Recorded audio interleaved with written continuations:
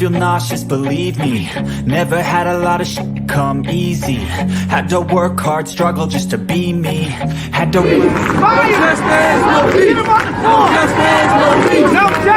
what was left over I put towards my dreaming. But the only thing in life that has meaning are the things you gotta work for, believe me.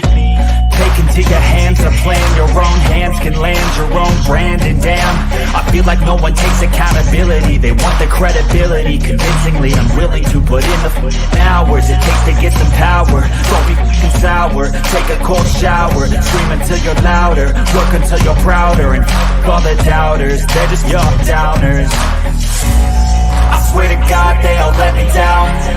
I can tell you that 7 years after Freddie Gray, that was 2015, spring, April, May. This is 2022. Communities like Sandtown, all we saw then and now in terms of investment was a renovated Western District Police Station and a new funeral home. That's what West Baltimore got. A new police station and a new funeral home. What kind of optics are they?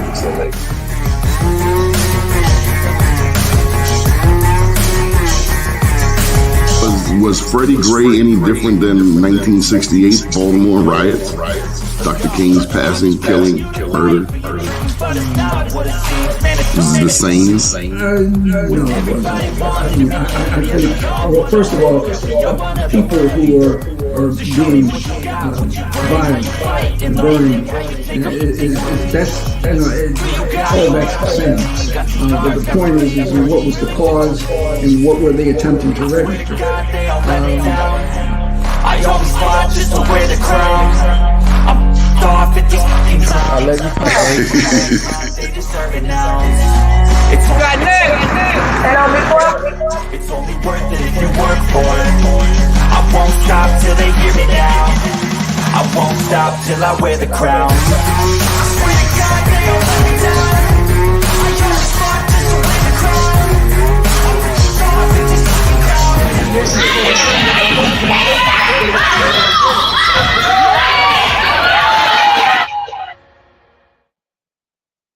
Good morning and welcome to the show. My name's Donnie, last name's Glover. Today we're going to talk about a historic community in North Baltimore, just north of Hamden, adjacent to Roland Park. It's called Hose Heights. Sadly, back in 1907, the city had a mayor. His name was J. Barry Mahool. It was 1907 and 1911. In 1910, Mayor J. Barry Mahool and the city of Baltimore instituted the first apartheid law in the United States. And here to talk about what happened in 1910, but also what's happening in 2022. Hello, it's Kiana Cook and her compadre of neighbors. Good morning. Kiana, how are you? I'm fine. How are you? Blessed by the best. No need to be stressed. Keep my head to the sky. No need to cry because ain't nobody going to listen anyway. Good morning, ladies. Good morning. Good morning. Is Betsy going to show her face? I think so. How about that? She's trying. There we go. Hey. Welcome to the show. Thank you. Thank you. So, Kiana, what's this all about? Who are all of these lovely ladies early in the morning? Well, we all want to introduce ourselves. I'm Kiana Cook. I'm a resident of Hose Heights, living on Providence Street. Next. Oh, I'm next. Oh, however. It doesn't matter. I'm Jennifer Jarvis. I live in Heathbrook, which is the neighborhood that is directly adjacent to Hose Heights. Good morning. I'm Joanne Kent. I am a direct descendant of Grandison Hose, and I live on Providence Street. I have grown up in this neighborhood, and I have lived in my home for 38 years. Hi, and I'm Betsy. I'm also a neighbor next to Hose Heights in Heathbrook, which is the neighborhood that Jen and I are residents of. And through the 1980s, members of our community of Heathbrook would chase after the residents of Hose Heights with baseball bats to keep them from coming into our neighborhood. So we're involved in this organization because we want to have our neighbors' backs. I am Terry Logan. I'm a member of Hose Heights community, and I've also grown up here. I live directly across from where my great-grandmother lived, and my family came out here on a regular basis. My grandmother lived right next door, and so I have been out here for greater than 50 years. I live on Dewey Avenue, and thank you so much for allowing us this space. I am Eleanor Matthews, and I too am a descendant of Grandison Hose. And I have basically lived in Hose Heights on Dewey Avenue all of my life because my family never left here. So I was back and forth, and now I have renovated my home house, and I live here, and I have been back in this neighborhood as a resident since the early 80s. And I, too, thank you so much, Donnie, for having us this morning so that we may tell our story and talk about the historical points and what we want. Okay, Cook, you're an educator. I don't think you need any instructions. Wait a minute. Kitsy, could you introduce yourself, please? My bad. Good morning, everybody. My name's Kitsy Lee, and I've lived in Hose Heights for 36 years. It is, without a doubt, the greatest neighborhood, if you ask me, in Baltimore. And I am so proud to be a resident there and to be with this group of really incredible women. And we thank you so much for having us. Hannah. Good morning. I'm Hannah Morford. I also live in Hose Heights. I've lived here only 6 years, but it's felt like home immediately and right away. I'm just really proud as well to be part of this group. What's happened to the tower and the roads surrounding it, to me, is an example of how white dominant culture pervades and how white people use their privilege and their power to silence others. And I did not want to be a bystander in the injustices that I was seeing going on. And of course, I'm Kiana Cook.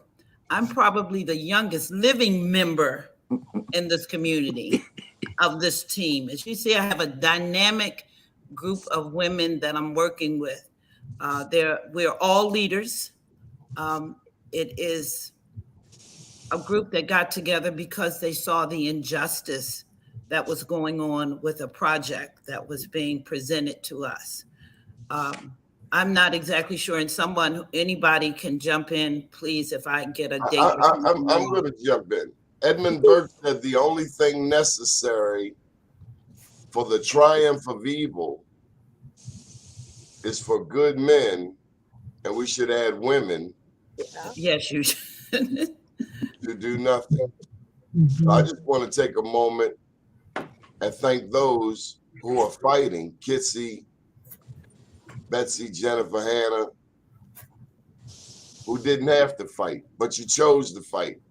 And for that, I will fight with you, for you, forever. Because that's what it takes. None of us choose how we are born. Right. You don't go to Walmart and say, I want to be born Pakistani, 6 foot tall, long hair. Right. It's not like we have any choice, or not that we know of. You're born.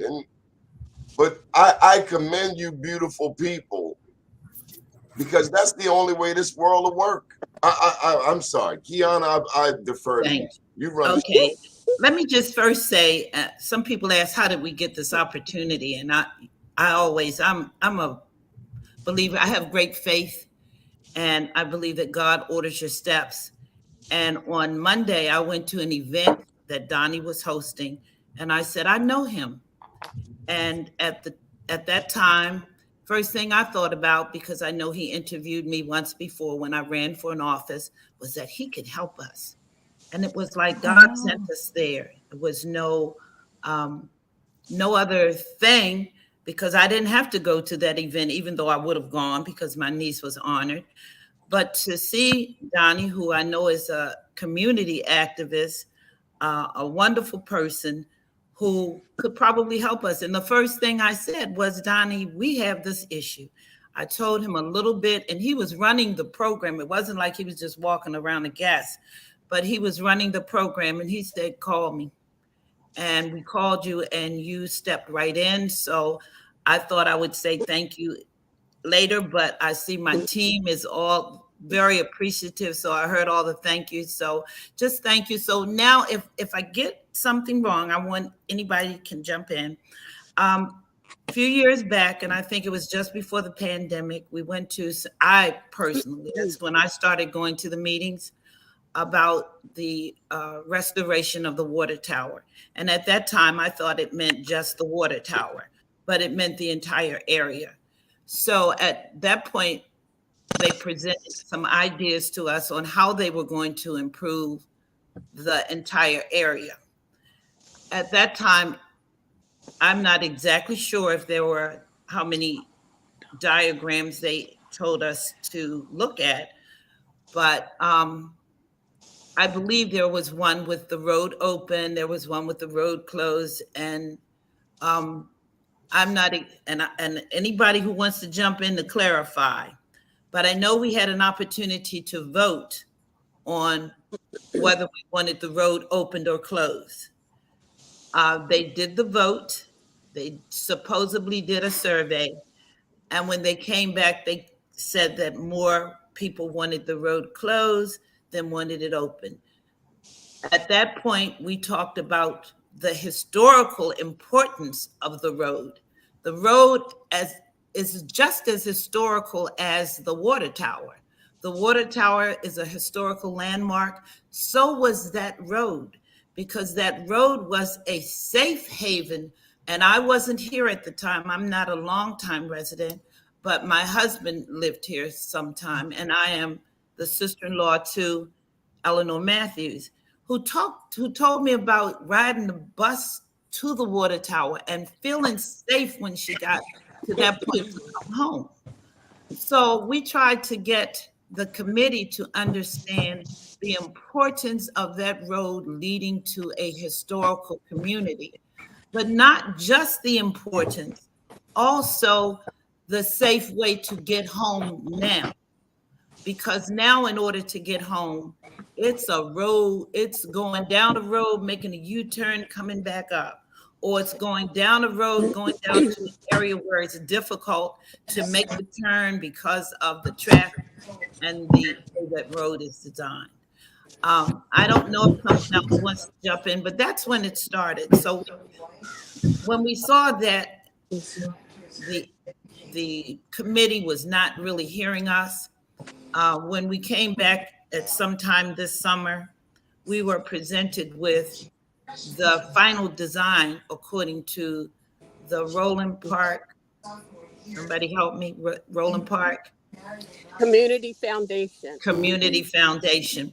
And I could jump in there, Kiana, just to fill you in.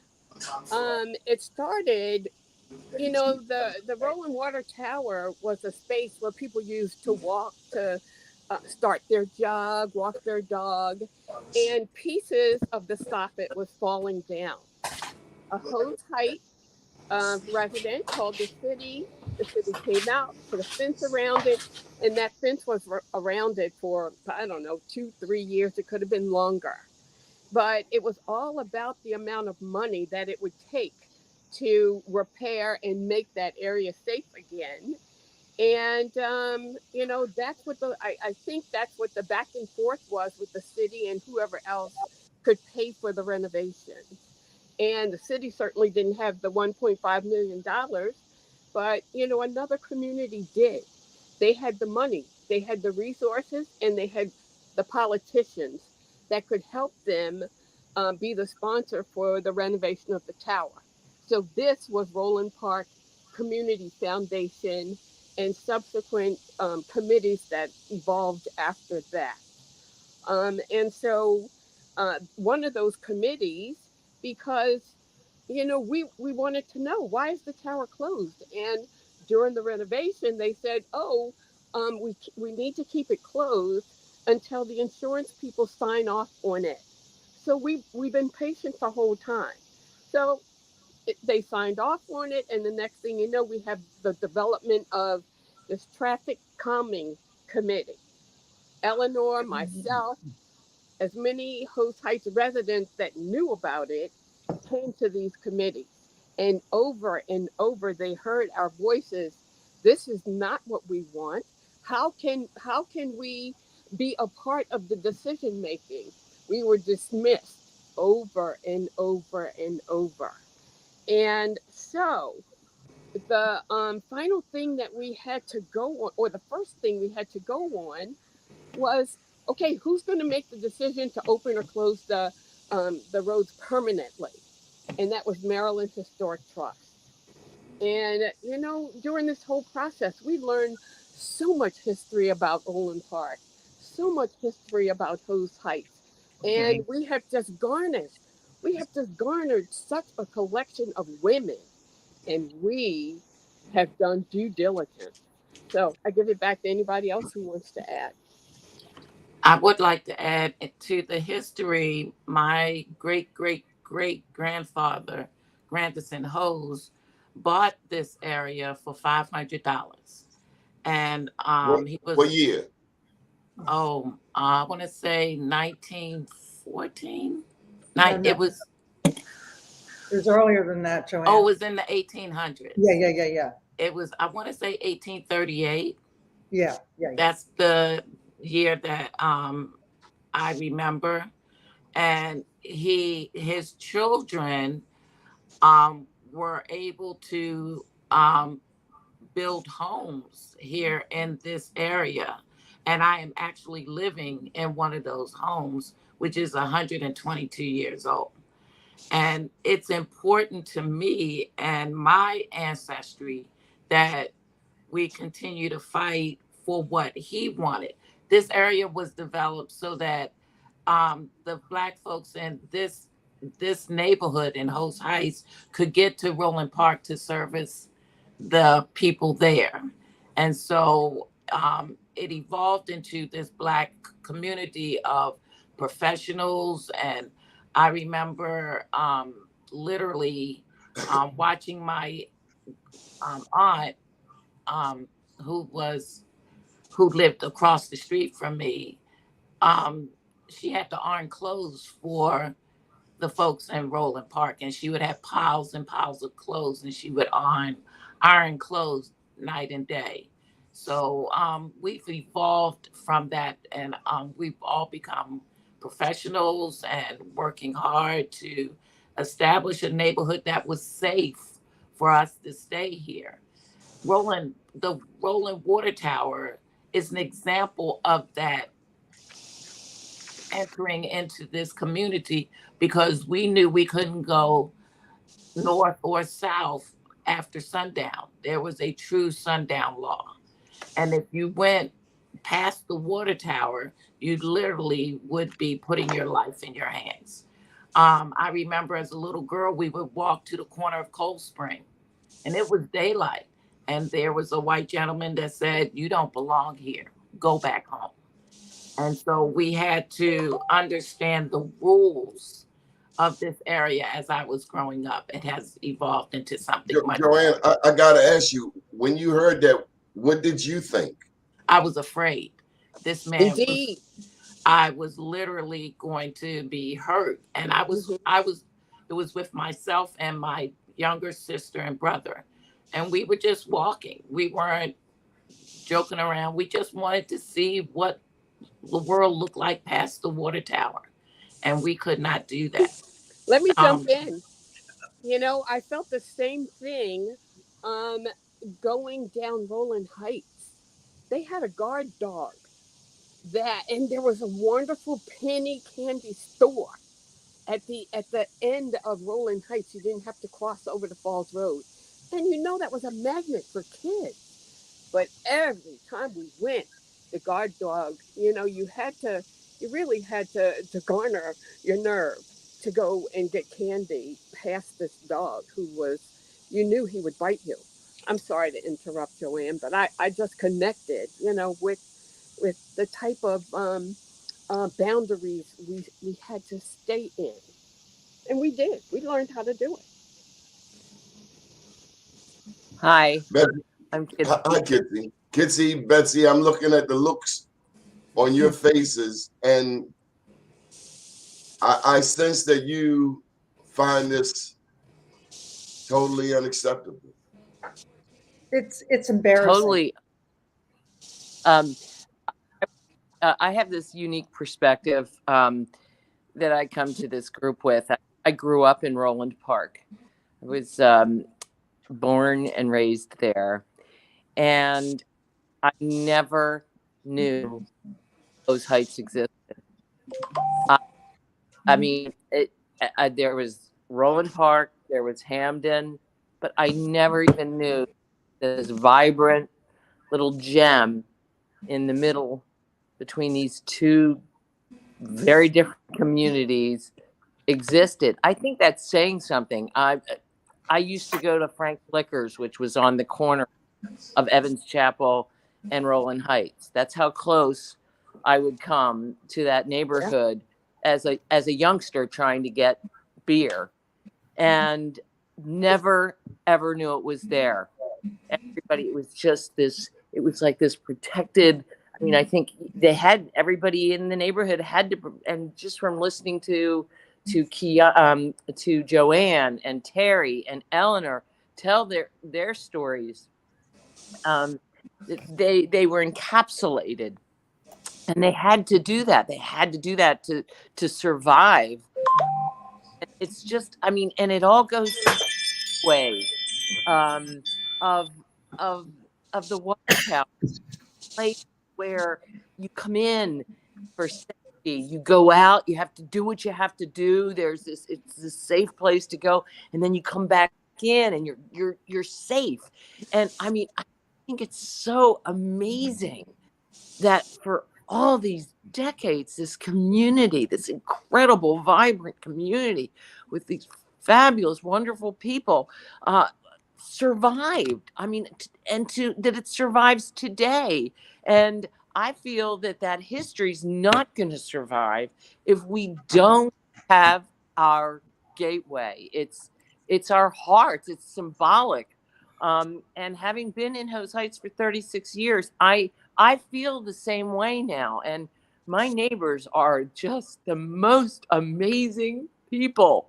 In the winter, and we take care of each other, and it's just a wonderful, wonderful thing. I feel so blessed to be a part of Hose Heights for so long. I feel like family. And ladies, because, and I know Donnie hasn't said that, but so everybody can speak, we want to kind of make sure we get everyone in. Sorry. So, no, not you. There's all of us. We're going to stay here as long as it needs to, okay? I ain't going nowhere. Come on, Betsy, tell me your thoughts. Well, I got dragged into this. And I got dragged in to read a letter publicly to this opening or closing ceremony of the final design of Hose Heights. I mean, of the Rolling Water Tower. And I didn't know any of this was going on prior to being asked to read a letter that Jennifer Jarvis, who's president of Heathbrook, had asked me to read because she was not available to read it. And moving into that, preparing to read it, I had been a resident who was in favor of the park. Close those roads, yeah. Build a park for those little kitties. Bring nature into the design of our, whole community, until I realized that Hose Heights, which technically I thought I was a member of, was being harmed by this historically, and also on a daily impact of getting in and out of their neighborhood. For me, I said, well, that's a cross I can bear. I can bear the inconvenience for the good of the community. So, and then Jen, who had the guts to come out and say, no, this isn't right, then I started to realize the bigger picture and dug into the history. And you know, designing with nature as a segregation tool is a history here in Baltimore. And a lot of, including my own background, thinking that more parks, more green, good for everybody, has only been, in many cases, a tool to keep Black populations from accessing white privileged areas. And that's what's been happening here. The people that are connected to designing Roland Water Tower Pocket Park are blind to race. And it's like, you got to be kidding me that they don't even take in the history of Hose Heights when it's right in front of them. And I'm appalled by that. And that's why I'm involved, because we've got to heal this city, to heal our history. We've got to step back and listen to this oral history that these wonderful women are presenting, but also as a model to help heal Baltimore. So, and I want to thank you, Donnie, for bringing us into the history of Mahul and that whole mess. Oh my gosh. We all read it Yeah. because you brought it to our attention.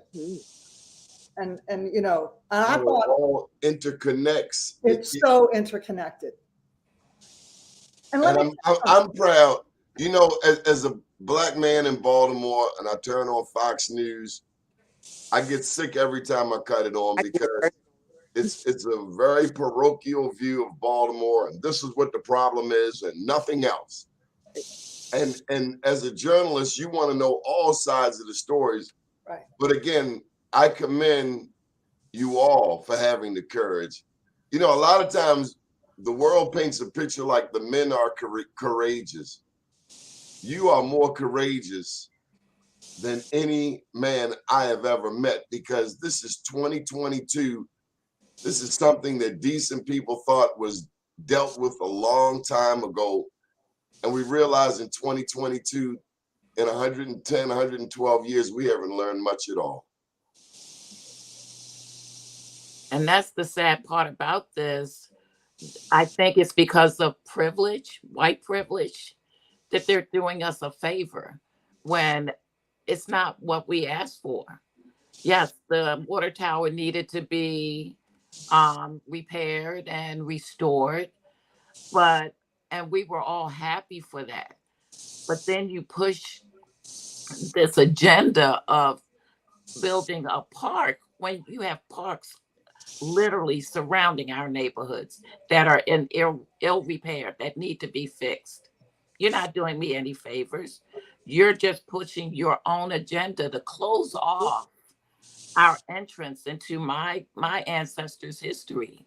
And it kind of really, it does. It makes me angry because of this white privilege that they don't see the actual harm that they're doing. You know, because so let me say this. Eleanor is backstage. Eleanor has to cut her camera on, or we can bring her on with no video. That's why I haven't brought up, but she is backstage. Oh, okay. Yeah. So cut your camera on, Eleanor. Okay, I'm sorry, Joanne.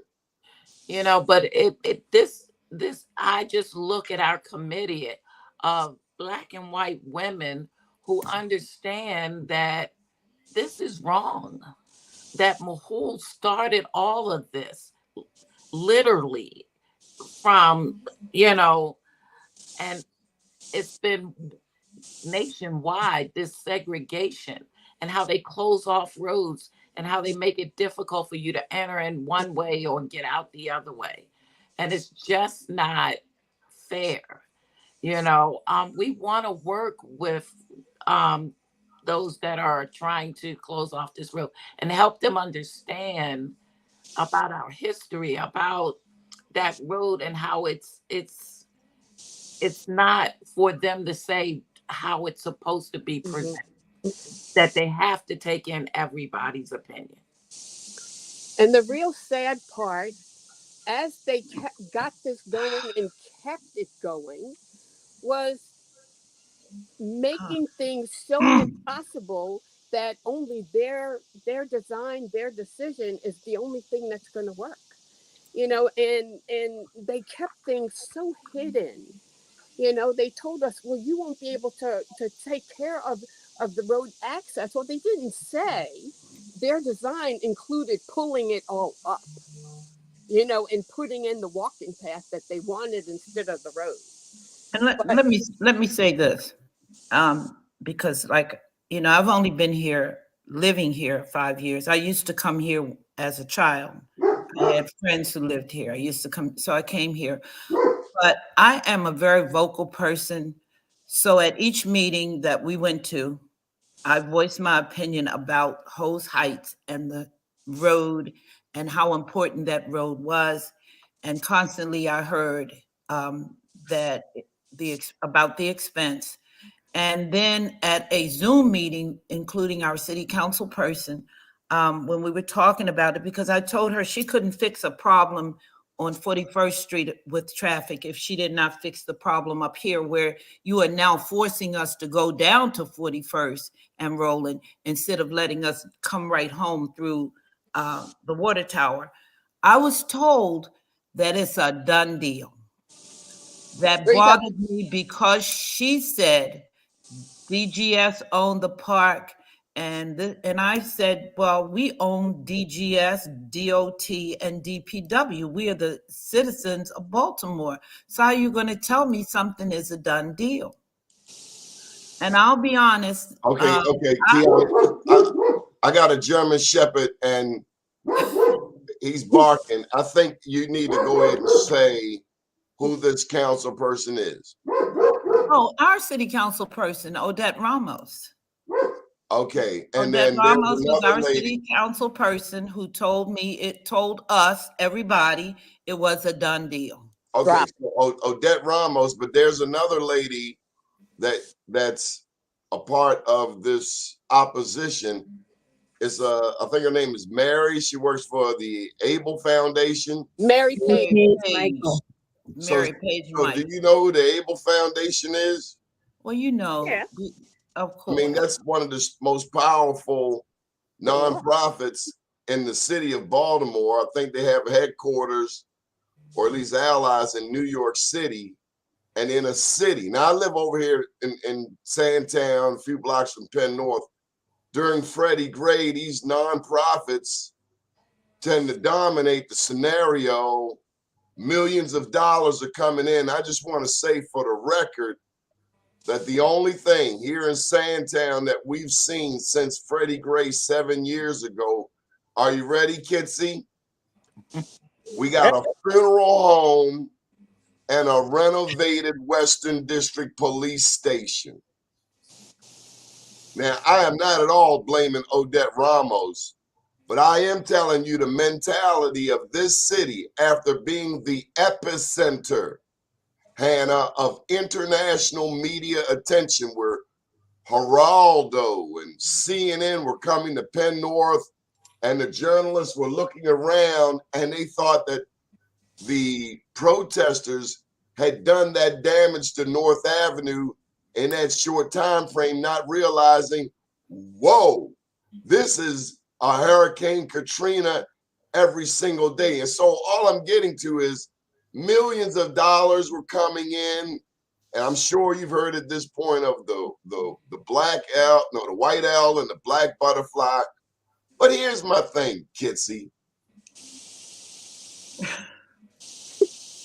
If you don't want me to come to your neighborhood, then put some adequate resources in my neighborhood so that I can be pleased in my neighborhood.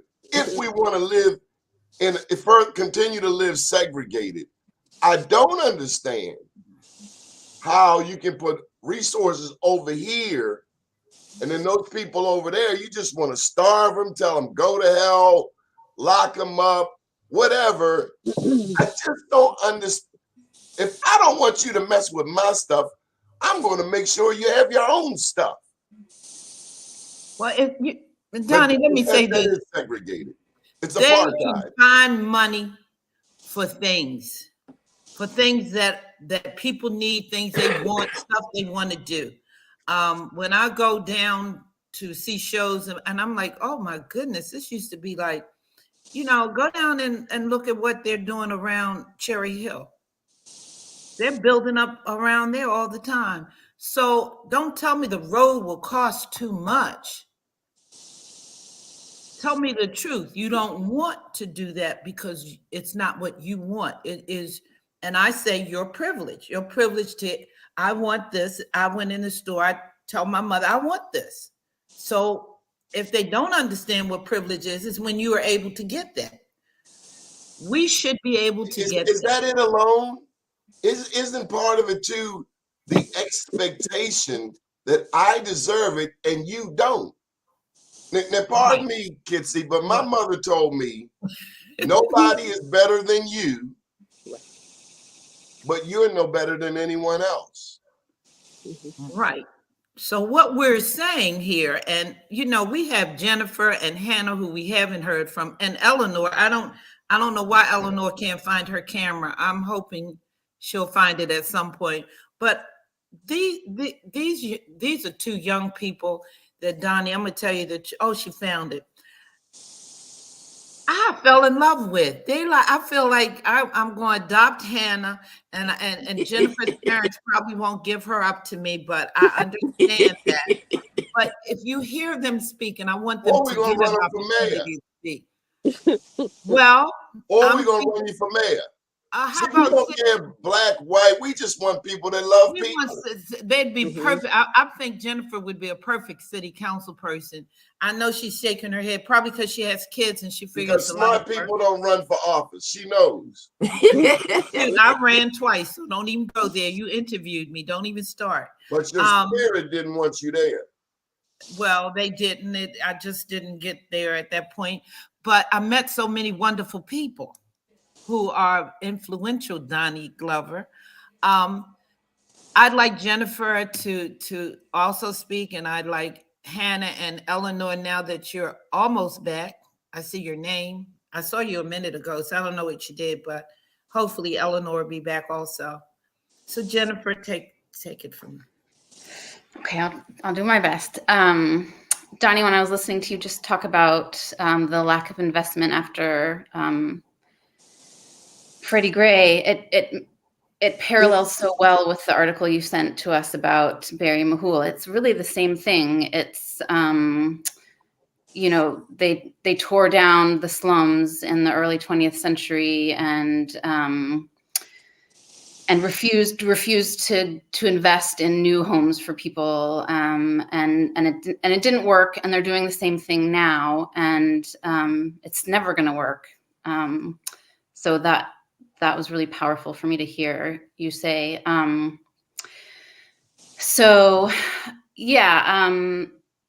I don't know what I should say, but as Betsy said, I did get involved. I'm the president of the Heathbrook Community Organization. And so I was talking to the president of the Hose Heights Improvement Association, who was on the steering committee that made this decision. And her story is not mine to tell, but she was telling me how hard it was for her to get across the views of Hose Heights residents and how hard it was to get the steering committee to listen. And so as I heard about that, I was kind of agnostic about the park in the beginning. I didn't understand the history as deeply as I do now. But as I heard Lydia talking to me about her experience on this committee, I realized that I can't this is wrong, that this process was flawed. And I think it was flawed from the very beginning. I saw on the comments that were coming through a little while ago, someone talking about community engagement and how to make that inclusive and how to make these processes work for the people that live there. And I think the fundamental mistake in the beginning was not knowing the history. And that's a function of white supremacy, that you don't know the history of people in Hose Heights. And so when you don't know that history, then you come into this process, and you come into this process with the legacy of Hose Heights. And so people are not going to trust you because of that legacy. So you're going to have to work overtime to get them to trust you. And if you come in with an ignorance of their history, well, then how are you going to really be able to work with them? And so I think it just you know, everything that happened after that just was a byproduct of this fundamental lack of ignorance of the history. And I think that kind of led to the mess that we're in now. So yeah, I think I'll stop talking now, but that's the most important parts I wanted to say. And I want to hear from everybody else. Come on, Hannah. Hannah.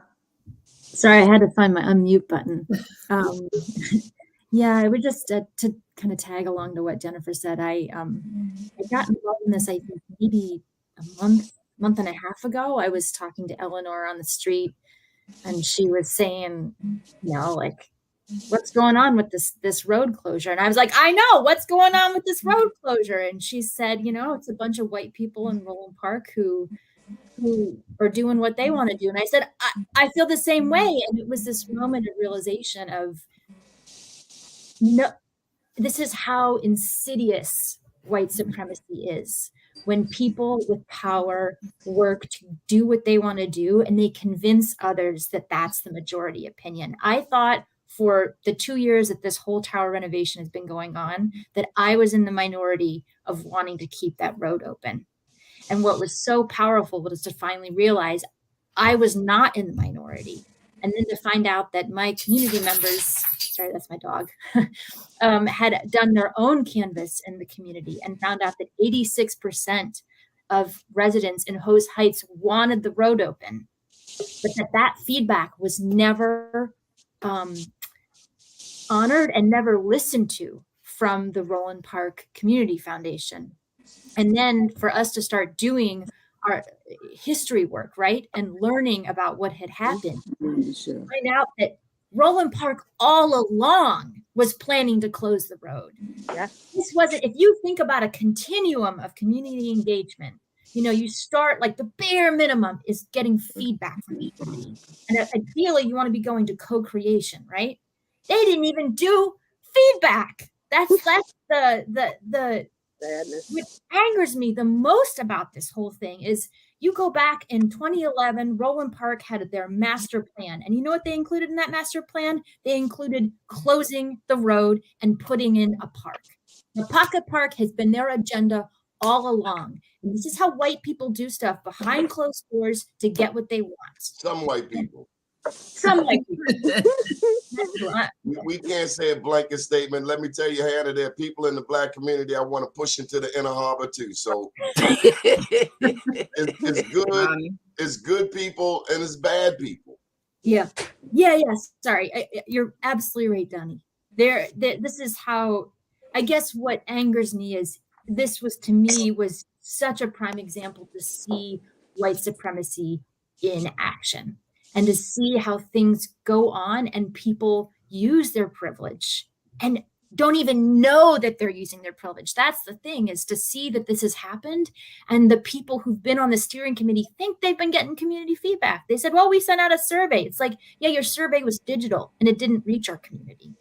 People didn't see it. A similar thing is going on in Sandtown. Eleanor, I think you're breakdancing over there. I'm going to leave you alone. It's okay. But she can speak even if she's sideways, can't she? I wrote a book back in 2021, I Am Black Wall Street. Did you ladies know that if a slave escaped to Florida prior to 1838, they could be free. Did you know that Spain owned Florida until roughly 1831? So any blacks who were enslaved in Georgia, Alabama, Louisiana, South Carolina, if they escaped to Florida, they would be free. Did y'all know that? Nope. I didn't know it either. So when I did the research on Tulsa's Black Wall Street, because they just celebrated 100 years, I learned that there's this man. Any of you basketball fans? I am. Jennifer, there's a team called the Kansas Jayhawkers. You know what a Jayhawker is? No. A Jayhawker is a person who lived in Kansas who was against slavery. As a new state went to enter the Union, you had to choose between whether you wanted Kansas to be a free state or a slave state. So one of the heroes in my book is a white man named Captain John Brown. And he was not for slavery. And the reason he is one of my heroes up there with Harriet Tubman is because he died fighting to end slavery. It takes everybody. Now, I know the only person who hasn't had a chance is Eleanor Matthews. Can you hear us? No. Unmute. Unmute yourself. She's frustrated. Eleanor. Hold up. Eleanor, you got to unmute yourself. Click the microphone. You trying?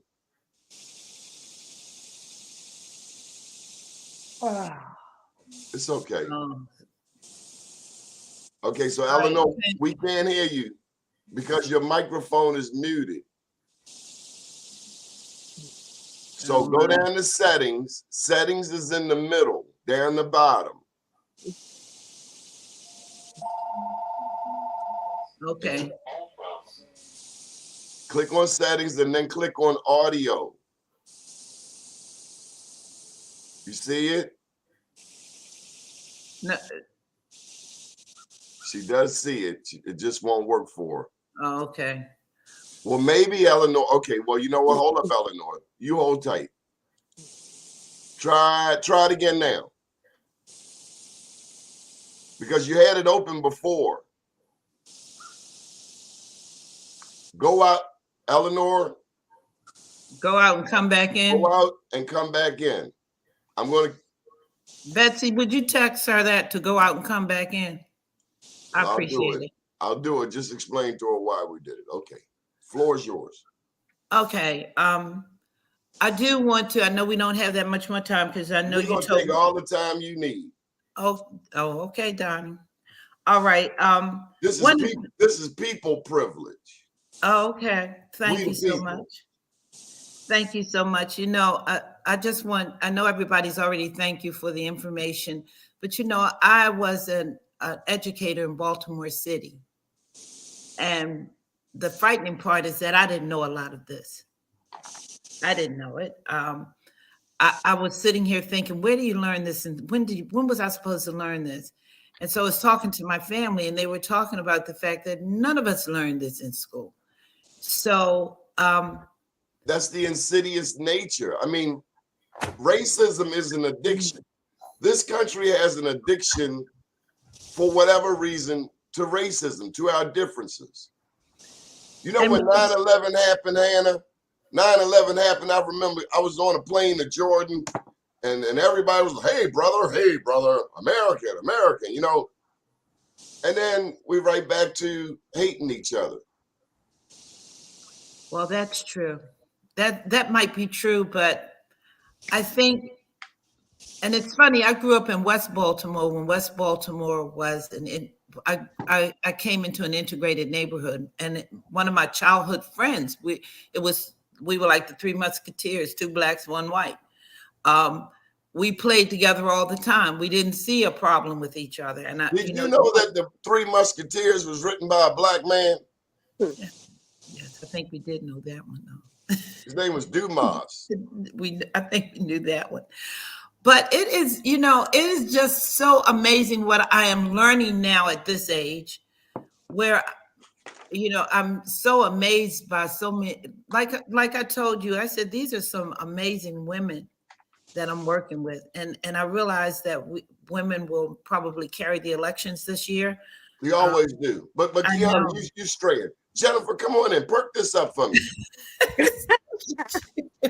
What makes you angry about this?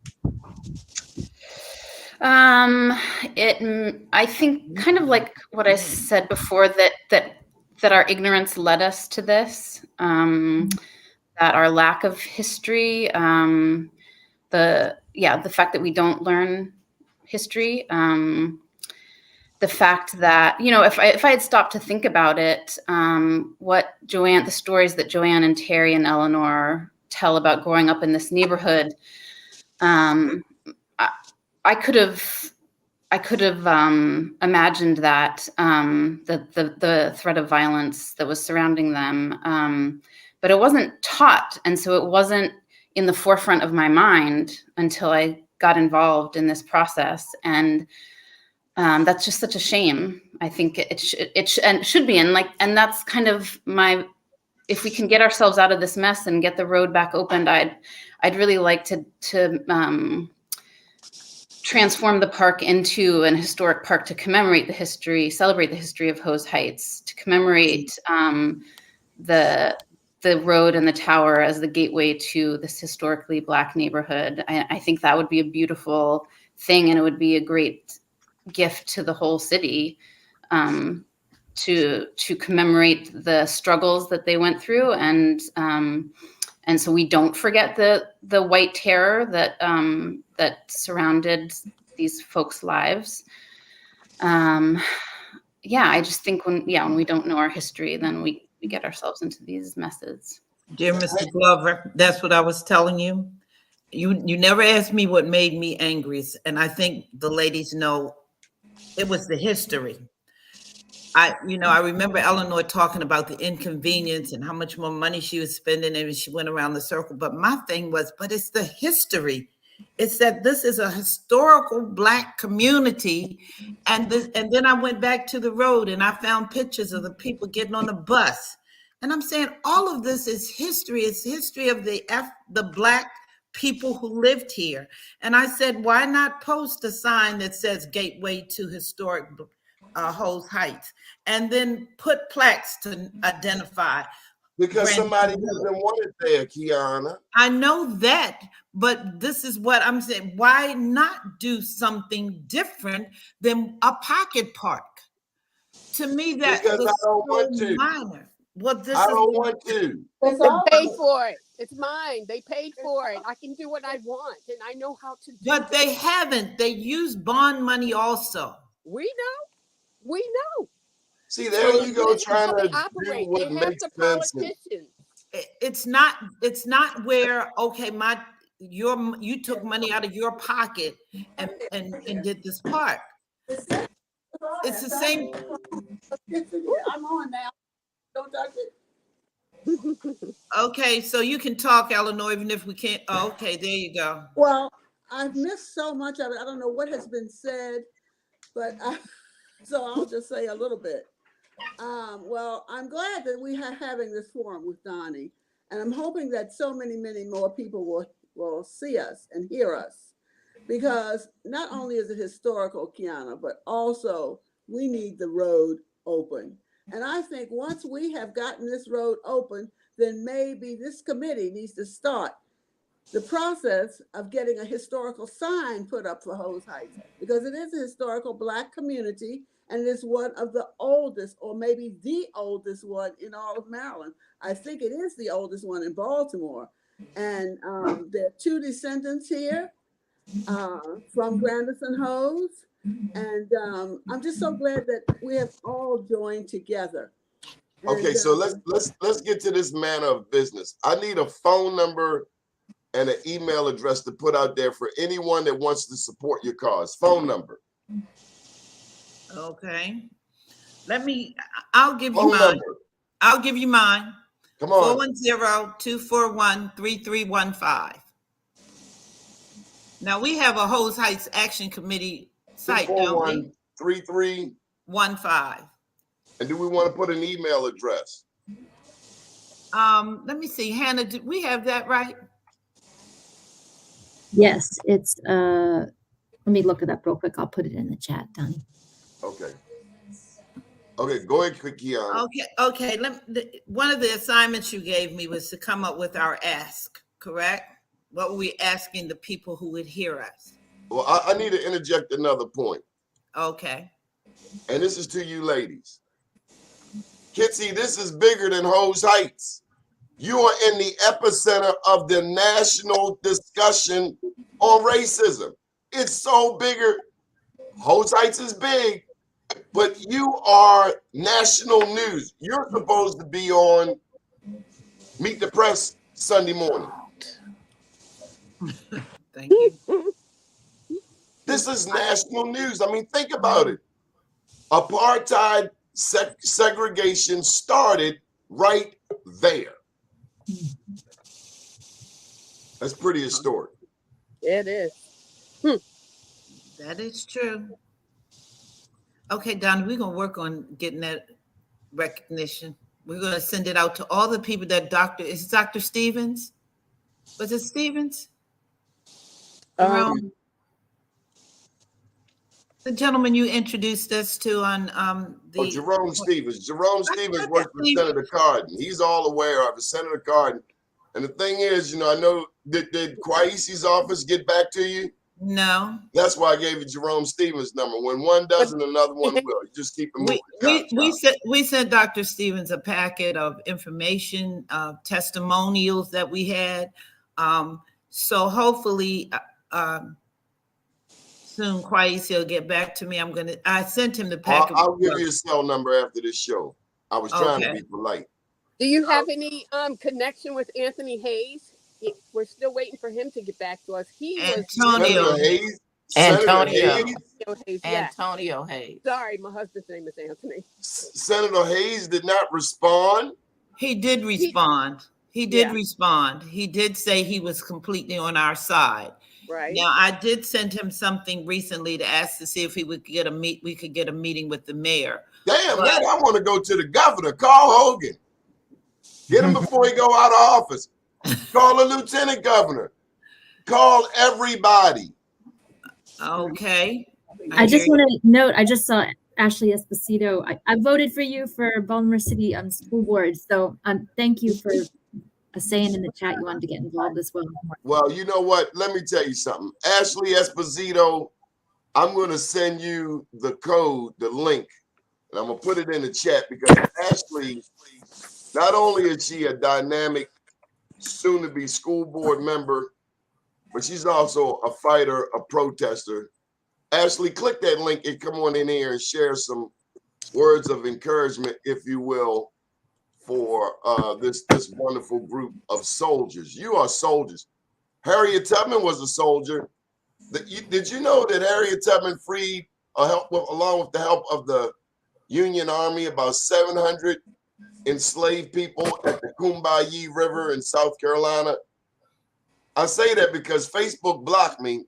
Matter of fact, they did a lot of harm to me. They took my page with 200,000, and all I was putting up was Black history. But Harriet Tubman is known for this famous quote, "I freed 1,000 slaves. I could have freed 1,000 more if only they knew they were slaves." Slaves, right. You know, Facebook tried to G-check me on it, and I G-checked them right back. The record says Harriet Tubman freed 72 or so, but what they left out was the Combahee River, where she was actually working in the capacity of a Navy SEAL. She was jumping in the water. That's some Navy stuff. That's some SEAL stuff. Anyway, women are some of my greatest heroes, including my mama. Oh, there she is. Now you got it. I'm going to step off. Ashley, you run the show. Hi, Ashley. I think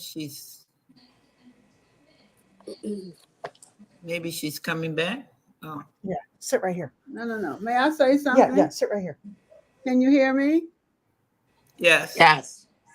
I just wanted Donnie to know that Dr.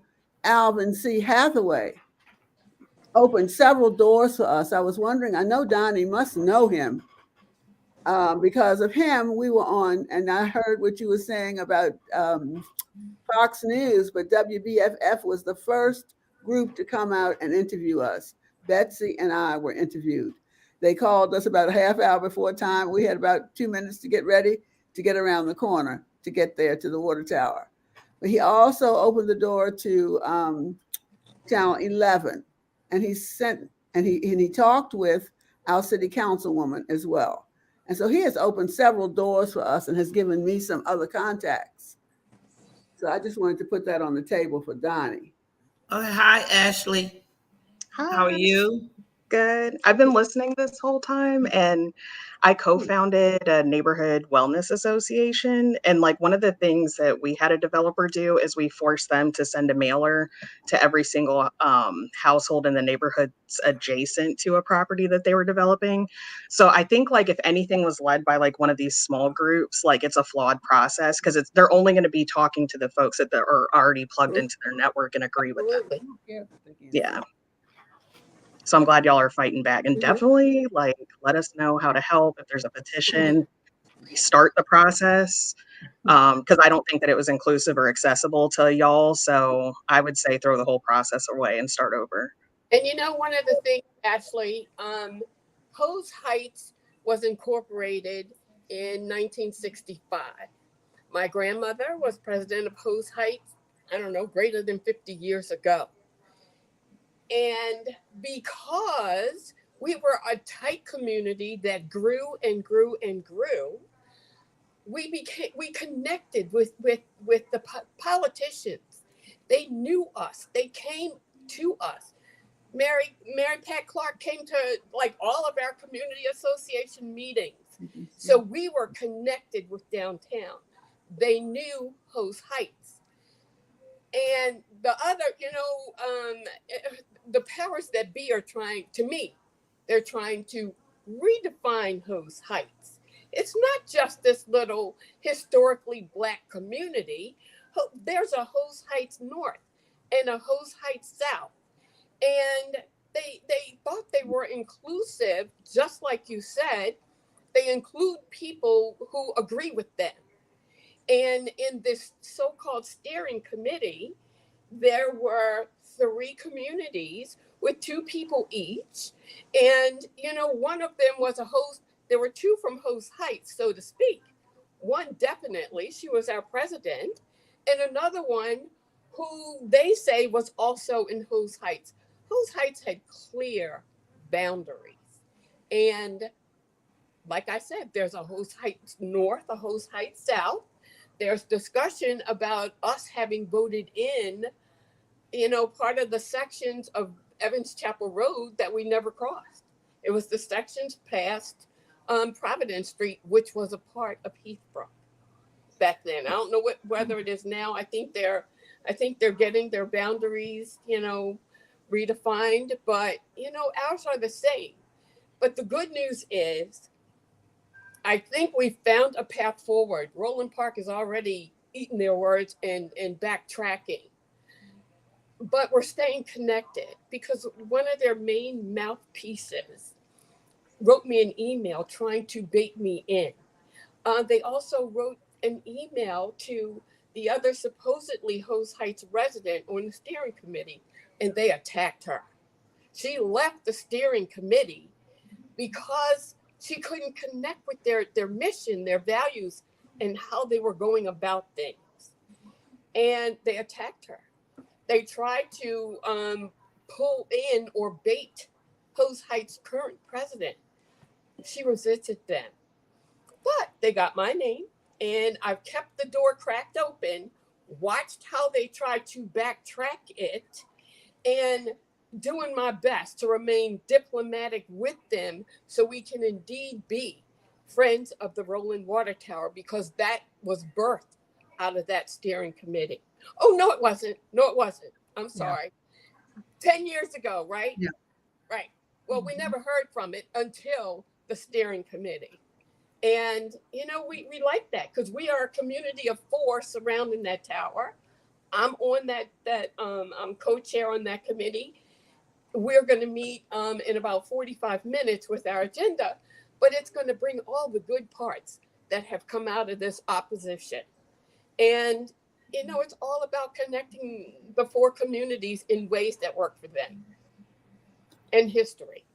So, Yeah, and definitely loop other neighborhoods in, because I know like a lot of the nonprofits and stuff are talking about equity and like using these words, but I do think that this is an opportunity to hold them accountable, because it's like clear to me, Oh, like, yeah. I mean, I've been following this, that this hasn't been an equitable process, and that's why there's so much like historical erasure of like Black communities in the city. So yeah, I would say like keep eyeballs on it, because like I saw what happened in Poppleton and how they pushed back and were able to and maybe that's a good neighborhood for y'all to link up with too. But yeah, thanks for chatting. Well, I am so happy that you came on. I'm one of those people that is kind of an old time 60s fighter who just doesn't believe in laying down and passing things up. And the whole thing is that we've been misrepresented. We've been misrepresented. You know, like I've used the term, it's unjust. We've been excluded. So I think when we hear you, and I'm so glad you're on here as a retired educator. Eleanor is a retired educator also. So is Betsy and Joanne. And you know, you think about it, we're all educators because we're all educating children at every opportunity that we have, and each other. Because let me tell you, I have really learned a lot just being a part of this process. And I want to thank you for coming on. I want to thank you for following us. I hope you will spread the news, that you will tell people we're welcoming them to go to the website, which Hannah put in the chat so that Donnie can put it out there for us. I'm not sure where Donnie is. He told me he wanted to know and ask. Yeah, what's your ask? Okay. First of all, we're asking that anybody who's listening and who may just read, because I know I could read your other shows, information about your other shows, that they will call their city council people. No, we want to call Odette Ramos too. Ramos, and what's Torrance's name? James Torrance. James. To call them. 396-3100, 396-3100, 396-3100. To call them, to let them know that you are in agreement with us, that they need to learn, because many of them, I don't want to call the name because I'm not sure which person told me they did not know about this community. One of our delegates, as he walked through, I cornered him and he said, "Oh, I do know about this community," but he didn't know about the battle. So well, let me not say battle, but let me call it. It's a battle. It's a battle, but he didn't know that we were being dismissed, unjustly left out of excluded from the process. So I did inform him, though I haven't heard from him either, but I will get back with him again. You haven't heard from who? James Torrance? Oh no, I didn't contact him. I don't know if it was one of our delegates, Ampry. What's wrong with him? You don't have his cell number? Let me share this with you.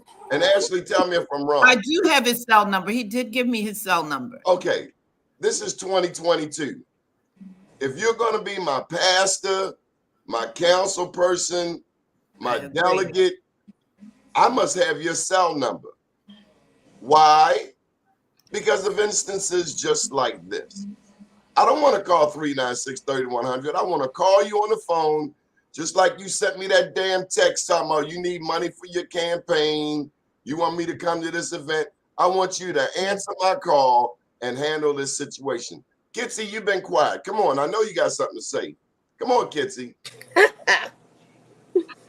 I'm just glad that you've let us speak about this issue, and you're shining a light on it. And I think I think our group has made incredible progress in the last month. I have to tell you, we went from this is a done deal to we are getting some attention. You're going to get national attention. Well, that's great. I haven't even called CNN yet. Odette Ramos better answer her phone. Does she? I got a question. Joanne, will Betsy Ramos be getting your vote? The No. election? Okay. It's Odette Ramos. I'm not running yet. But Betsy, if Betsy runs, I will definitely vote for her. I will advertise your campaign for free. I'm saying it right here. Come on with it. And we win. I don't know if you know about me, but we win. Well, Donnie, here's the thing. We're going to win if we can bring history and an understanding of segregation in Baltimore to the table to all of the stakeholders in Baltimore City. Like Roland Park people, there's good people. We don't want to demonize them. Right. It's really important. It's part of this whole process of white privileged people understanding the equity of our lived lives. And I hope that makes sense, because I'll tell you something. I grew up in Montgomery County, Maryland, and my dad was a criminal defense attorney, and he did a lot of good work. And so I kind of learned a lot about racial tension in Maryland. And I was born in '52, so there's a whole lot of stuff going in Montgomery County at that time. And but I was afraid of Baltimore. Why? I didn't want to come near Baltimore. I was a DC girl because of the Black population. Did you know, Betsy? I didn't understand it. I was afraid of Blacks. Betsy, did you know that Baltimore had the largest population of free Blacks prior to the Civil War? Had no idea. I went to a Catholic school. I never got this history. My father defended a really well-publicized murder case, or not a murder case, but a rape case, the Giles Johnson case in 1964. His client, Johnson, was sent to, the electric chair, and my dad got TAWS at the time to overcome that. And in the same year, my grandmother, who lived next to us, was raped by a Black man who lived down the street. So there was so many mixed messages during the 60s, particularly, and the 70s. So when I came to Baltimore from Annapolis, as a matter of fact, I was like, how am I going to live here? And I can live here, and I've learned about the history because of this experience I'm going through now. And that's what I think we have to do, is as educators. We're all educators. We've got to get people like me who don't understand the Black culture, particularly in Baltimore, and embrace it and become a partner. I hope that I know I've revealed a lot of personal stuff here, but Betsy has become a very viable part of Betsy has become a very viable part of our committee, and just her change, her thought processes has impressed me considerably. Because Betsy, you have a lot of reasons to hate if you wanted to. That's Yes, absolutely. But I will talk about white privilege in a minute. Yeah, and I think that. Go ahead, Ashley. I'm sorry. Oh no, I was just gonna say I think that speaks to like a bigger issue. Like there's I guess like an organizer named John Comer in Cherry Hill who does a really good presentation on like implicit bias, and I think that's really what it is everybody has to get uncomfortable and unpack that. Like what Betsy was describing, because like that's where the growth happens, like that's where the magic happens, and that's where like stuff actually changes. But if people aren't willing to get uncomfortable and are going to keep doing things the way that they've been doing them and just bulldozing, especially with development's terrible in this city. Like it's not. Yeah. So it is. Donnie, did you hear what I said about Alvin Hathaway? Yes, you're a big fan. You said he No, opened the I door was to a big Channel fan. 11.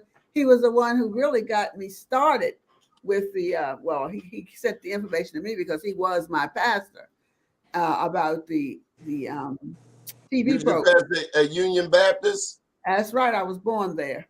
I was a Boy Scout there. All right.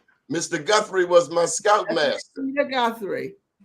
Peter Guthrie, Michael Guthrie was one of our leaders. He plays our organ once a month. But most importantly, Reverend Vernon Dobson was one of my heroes, and his daughter Sandra Dobson is one of my friends.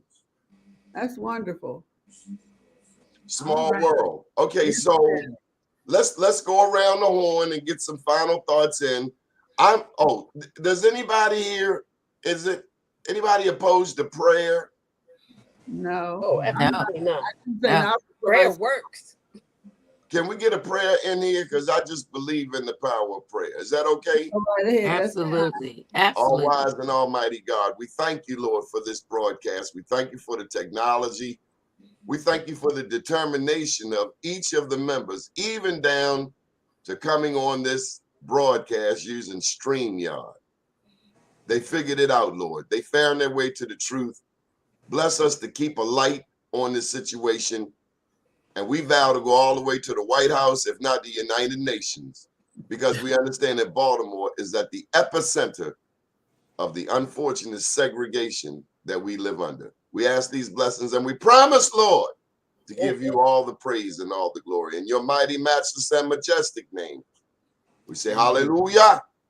Hallelujah. Amen. Amen. Thank you. Thank you.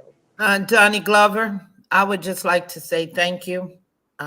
Thank you for a friendship, even though it's been a long time. Thank you for a friendship continuing to this time. Thank you for recognizing our need. You know, I believe that God orders your steps. And like I said, he ordered mine to yours on Monday. Let me say this is happening, and I just met him again on Monday. So thank you for being the fighter, the community builder that you are. And I just pray God keep your steps ordered and keep you safe. Bless you, Queens. Bless each and every one of you, Queens, for showing us what a queen looks like. You know, in the city of Baltimore, sometimes you don't know what you're looking at, but I know Queens was. Fine, Queen. You are so crazy. Thank you so much. You are so wonderful. You know I'm gonna worry you to death. You know that, right? You know we want I'm people gonna to call that phone number there, 410-241-3315. Hoes Heights Action Committee, just like it sounds, HOES Heights Action Committee at Gmail. Betsy, Janice, Kiana, Joanne. Joanne, come on, say something, because Joanne, I know you. Joanne, you look like you got a bat laying right beside you, like you ready to crack somebody inside the head. And there's a tendency, I don't want to alienate people. I want them to understand that we're in this together, that my ancestors' histories are important. They mean something. They are of a value to us. And that entrance to the water tower is my ancestors' entrance into bringing Black folks and white folks together so that we can build something that's equitable, that allows us to be able to go through the roadways without all of this minutia, without all this, you know, she said, he said, they said stuff. We just want the road open. We don't want to stop any kind of festivals, or you can still do those things and open the road so that it's convenient for us. Don't come in and bulldoze us and tell us this is what's going to happen, because we're not having it. Point blank, simple. And so that's my involvement, because when the neighborhood committee came to me, I did not understand how impactful that road being closed. I have a husband that's on dialysis, and I have to risk 3 times a week going out Evans Chapel to 41st Street on a blind turn to go to Union Memorial so that I can get him there and bring him back home safely. And it's just, it may seem little to someone else, but it's a big deal to us here. You are closing off our history. You're closing off our inconvenience. You're closing off that road, and it's making it so inconvenient for so many people in this neighborhood. And when we had the sewer and the water pipes put in, it just exasperated the problem. And that's what made me say, come on, let's get this started. Let's do something about this. And with you having us on your show has provided us with the opportunity to share our stories, to open up to a wider and broader community that can understand that we cannot let white privilege keep pushing us down, that we have to let them understand. But when it pushes Black people down, it pushes all people down. Yeah. Absolutely. Absolutely. It stirs the pot. I remember a time going down to Montgomery Wards. Montgomery Wards had these Wranglers on sale. I think it was like 2 pairs for $20. I caught the number 51 bus down there to Montgomery Wards in Carroll Park. By the time I come outside of that Montgomery Wards with my 2 pair of Wrangler jeans that I was so proud of, I saw a gang of white boys. They had dogs and they had bats. And they said, quote, unquote, there he is, get his ass. And then let me tell you something. I was never a track star. But I was a track star that day because I ran up Monroe Street until I saw Black people. I ran and ran and ran. You had a long run. Them dogs and them bats. I was like, this does not look like good mathematics to me. I remember catching the bus down to Fort McHenry, Super Sunday. As soon as we got off the bus, bottles were hurled at us. So I get it, but that was 75. Right. This is 2022.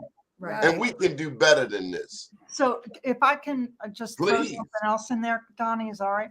Please. So I went to a meeting last night, and there was somebody there within our neighborhood boundaries who really white, who felt that, why don't we just put a plaque up around the tower, keep the road closed to commemorate the history. Oh, no. And we'll all be good.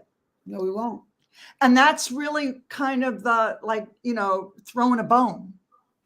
And it's and still erasing the needs of this. But these are the same people that control the nonprofits. What's the lady's name again? Mary Page. Mary Page. She is with Abel. This is one of the most dominant. These people are like governor material. Bob Embry, Abel Foundation, they say you get money, you don't get money. They dominate this city economically. And with all of the nonprofits, they claim to want to come and we're going to create opportunities, empowerment. You know the buzzwords. We're about capacity building. No, you're not. It's just gibberish. I would like to add one last thing. I took the bus, the trackless trolley, when I was 5 years old to go to 103 Henry Highland Garnet Elementary School because things were segregated and I could not go to the schools around my house. And the one that we could go to was a 3-room schoolhouse, and my mother said no. So where was it? On Division Street. It was where Thurgood. You had to go from Hose Heights to Division Street? I took 2 buses at 5 years old. My mother took me maybe 1 or 2 days, and then I went by myself on that bus. And the bus came around the water tower. Okay, the people in Roland Park, and I'm not going to say everybody, but I'm going to say Roland Park, did not want the bus to come up in Roland Park. And now they want to. Y'all don't want no buses. No. They now they want to close it completely off. But every day I took the number 10 bus and I had to transfer it to 21. Oh, you went through Hamden.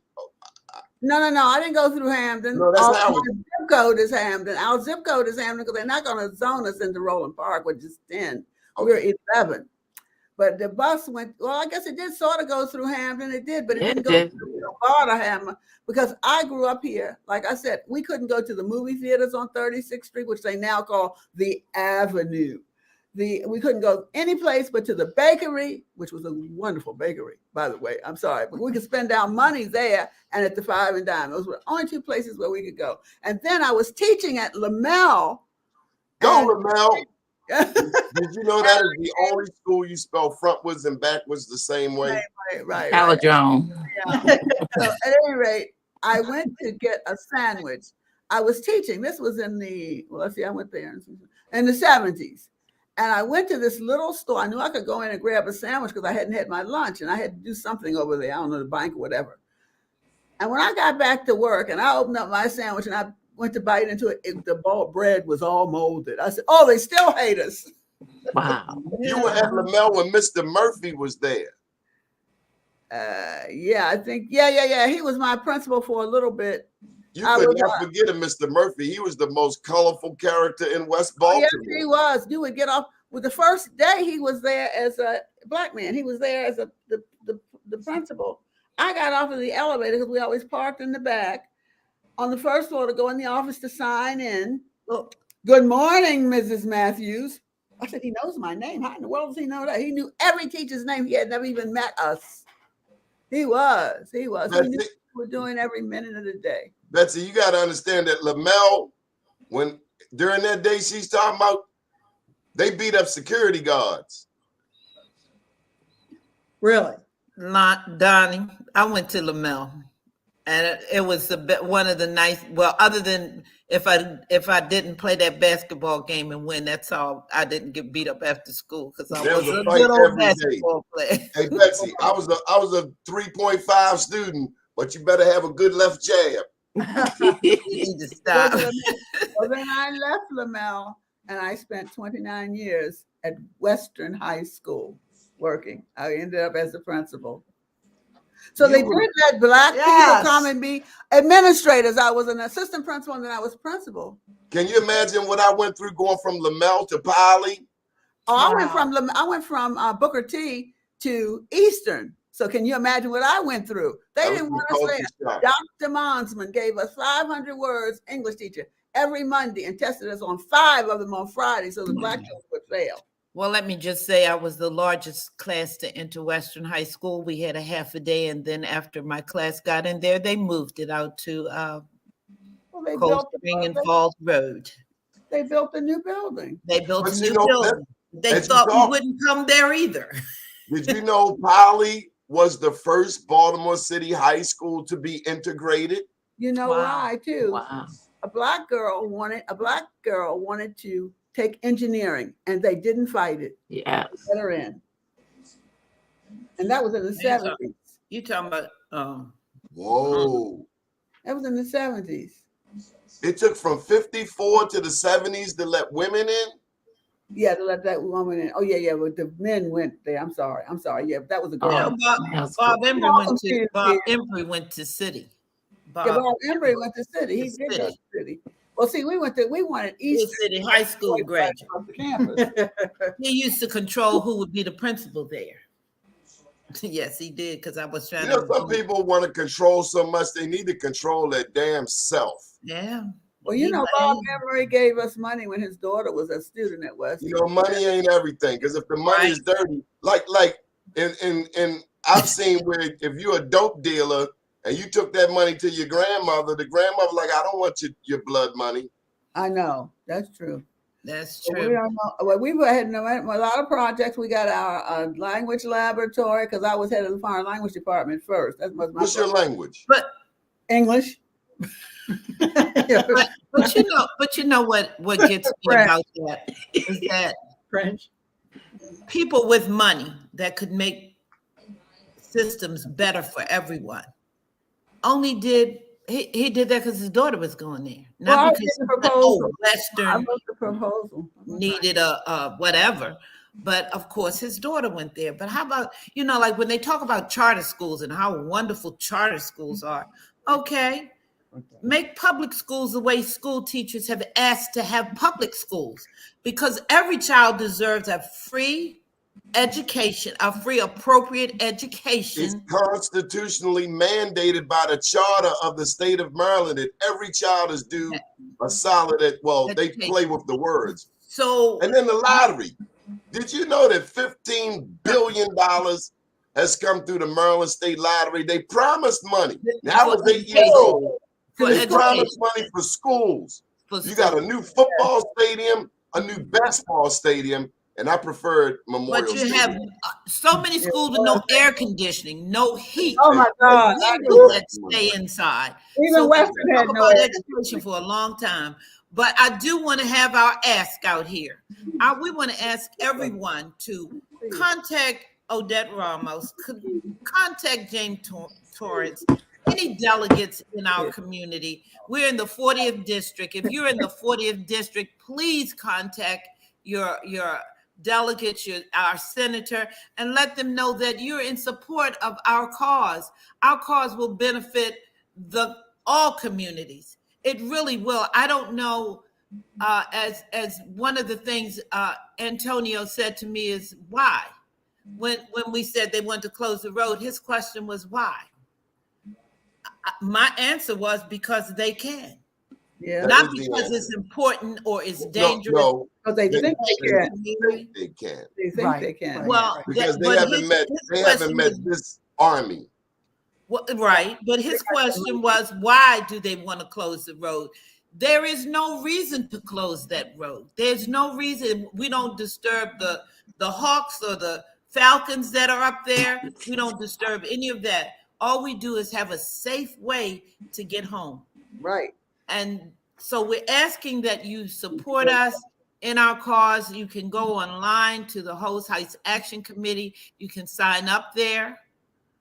Because I stepped out to give my phone number, but we don't have a phone, so I'll be that person if I can help with a cause. And plus, that'll be the same number if Odette Ramos don't act right. That's a number for the next council person for that area, right? Yeah. Well, let me just say, we want them to do that. We also want to ask you to get on the internet and find out about our community. There are testimonials on there with people who have lived here. Joanne, Eleanor, Terry, myself, Did Betsy. you give us the website? Yes, we did. It's in No, your you chat. didn't. No, you didn't. They did. It was across It's in the chat. No, we don't have a website. That's our. Oh, that's the email. Your host. that's our email. Okay, so when you're ready to come back, just let me know and we'll bring you back. Matter of fact, we can run an ongoing show. I'll do it whenever you call me.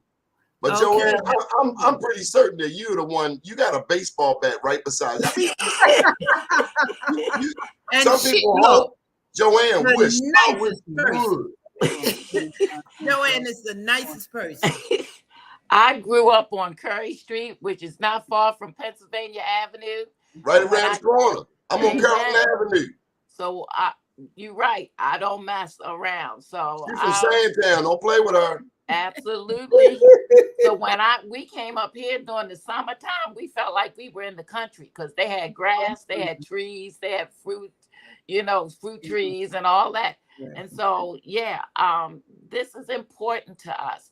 And it shows us that as a community, we can come together and really fight for what is right, that we're tired of this white privilege, this white overrunning of our communities and saying what they want without even having a dialogue with us. So I know how to fight, but I've also learned how to grow into communicating with folk.